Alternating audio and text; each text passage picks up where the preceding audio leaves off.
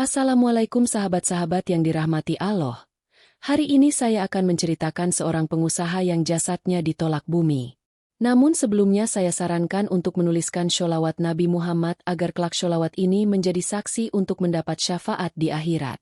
Like dan subscribe ke channel ini sangat membantu menyebarkan dakwah Islam dan menjadi amal jariah. Di sebuah desa yang dikenal sangat religius, mendadak muncul seorang pengusaha kaya bernama Pak Rauf yang membeli tanah luas dan membangun villa megah. Tak ada yang tahu dari mana asal-usulnya. Namun tiap malam dari vilanya terdengar suara tangis anak kecil dan lolongan anjing liar.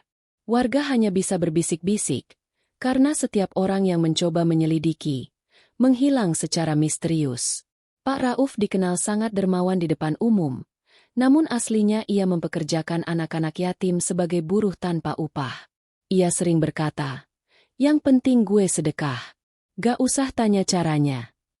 Semua pekerjanya dipaksa bersumpah agar tak buka mulut. Tapi ada satu anak, Fahri, yang berani melawan. Fahri ditemukan pingsan di depan masjid. Tubuhnya penuh luka dan matanya seperti melihat hal mengerikan. Ia hanya sempat berkata, "Dia mengorbankan kami demi kekayaan," sebelum akhirnya meninggal dunia. Ustaz desa mulai menyelidiki, dan ditemukan ruangan rahasia di bawah villa yang penuh dengan benda-benda mistis dan kain kafan bekas. Pak Rauf yang panik mencoba kabur, namun tubuhnya tiba-tiba kaku seperti membatu, dan tiap malam ia berteriak kesakitan tanpa sebab.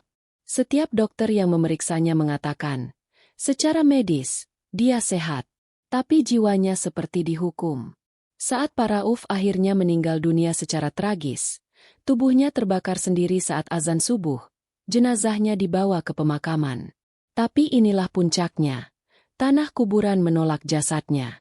Setiap kali digali, tanah mengeras seperti batu. Ketika akhirnya dipaksa dimasukkan ke liang lahat, peti jenazah terbuka sendiri dan keluar bau busuk menyengat. Warga yang hadir banyak yang muntah, bahkan beberapa pingsan. Akhirnya, jenazah Pak Rauf dibuang ke hutan karena tak ada satupun tempat yang mau menerima jasadnya. Malamnya, villa megah itu terbakar sendiri, dan dari dalam kobaran api, terdengar suara teriakan penuh siksaan. "Ampuni aku salah, tolong." Di balik senyumnya yang manis dan sedekahnya yang mengalir deras, tersimpan rahasia kelam yang tak pernah dibayangkan siapapun. Setiap malam, di villa megah Pak Rauf, terdengar suara tangis lirih, bukan dari manusia dewasa, tapi dari anak-anak yang tak pernah kembali ke rumah.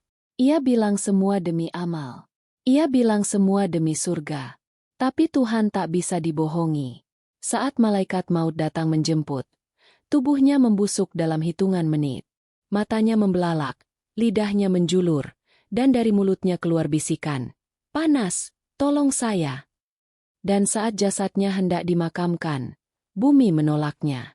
Tanah merekah, bau busuk menyebar, dan peti mati terbakar dengan sendirinya. Orang-orang lari ketakutan, meninggalkan liang lahat yang masih berasap. Sejak malam itu, villa Pak Rauf berubah menjadi rumah kutukan. Siapapun yang lewat, mendengar jeritan dari dalam tanah.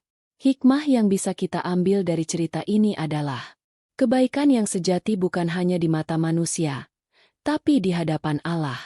Jangan sampai amal yang kita banggakan di dunia justru menjadi azab di akhirat karena niat dan perbuatan yang tercela. Allah Subhanahu wa Ta'ala berfirman dalam Al-Quran, "Maka barang siapa mengerjakan kebaikan seberat zarah, niscaya dia akan melihat balasannya.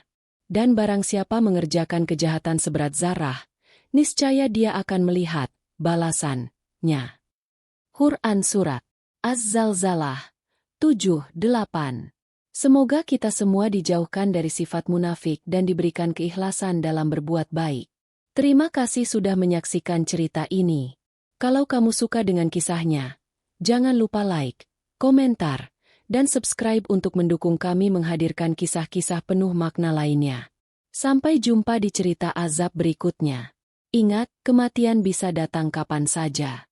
Sudah siapkah kita?